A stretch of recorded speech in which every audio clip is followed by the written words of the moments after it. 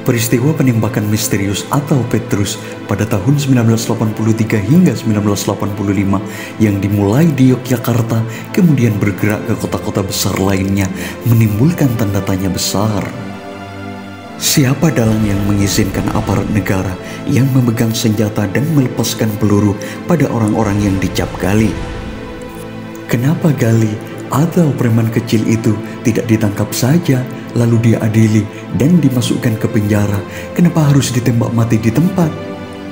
Kenapa koruptor besar pada masa itu tidak ditembak mati, malah preman kecil yang ditembak mati lalu dimasukkan ke karung dan dibuang? Untuk menjawab pertanyaan siapa dalang penembakan gali di Jogja, pertama, bisa dikupas melalui istilah penembak misterius atau Petrus. Istilah Petrus diciptakan untuk mengaburkan dan mengubur kasus besar pembunuhan secara sengaja terhadap ratusan gali kecil.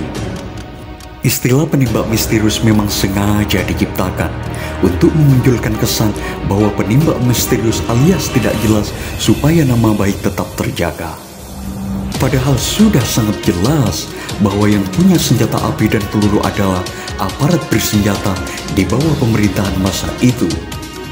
Nah, yang mulai awal operasi pemberantasan terhadap gali kecil itu adalah Garnizon 0734 Yogyakarta atas instruksi Letkol M. Hasbi selaku Komandan Kodim.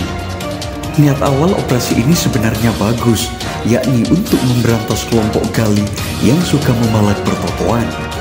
Gali yang suka memalak dan bikin resah warga Jogja pantas ditangkap dan dihukum. Namun dalam proses operasi pemberantasan gali, aparat melakukan hal-hal yang tidak manusiawi alias melampaui batas dengan cara menembak gali di tempat. Seperti Gali Supeno yang menyerahkan diri ke Garnizon Yogyakarta namun malah tewas. Istri Supeno pun mengambil mayat suaminya itu di rumah sakit Sarjito. Istri Supeno pun bercerita bahwa ia tidak tega melihat banyak mayat di sana yang sudah membusuk. Sampai kini pun tidak jelas berapa angka korban gali di Jogja yang mati tertembak. Dalam laporan Tempo 28 Mei 1983, Mayor Marjono selaku Kasih Pendek Jawa Tengah dan Daerah Istimewa Yogyakarta mengungkapkan bahwa ada 86 penjahat di wilayahnya terbunuh.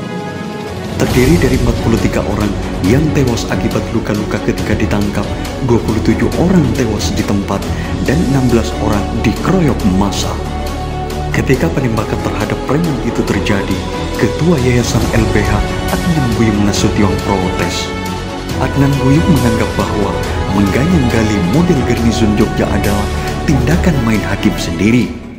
Wakil Ketua Mahkamah Agung Raden Haji Purwoto juga mengeluarkan pernyataan bahwa penembakan harus bisa dipertanggungjawabkan, tidak bisa main tembak begitu saja.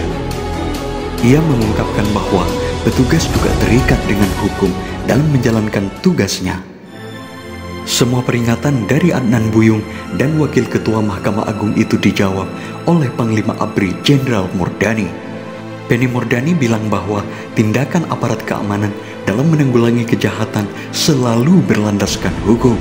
Ia berucap bahwa penembakan hanya dilakukan dalam keadaan terpaksa. Memang sih, penembakan hanya dilakukan secara terpaksa, tapi kok yang menyerahkan diri ke Garnizon Jogja seperti Supeno mati juga? Jadi gimana menurut Anda? Semoga kejadian berdarah ini tidak terulang lagi di masa depan.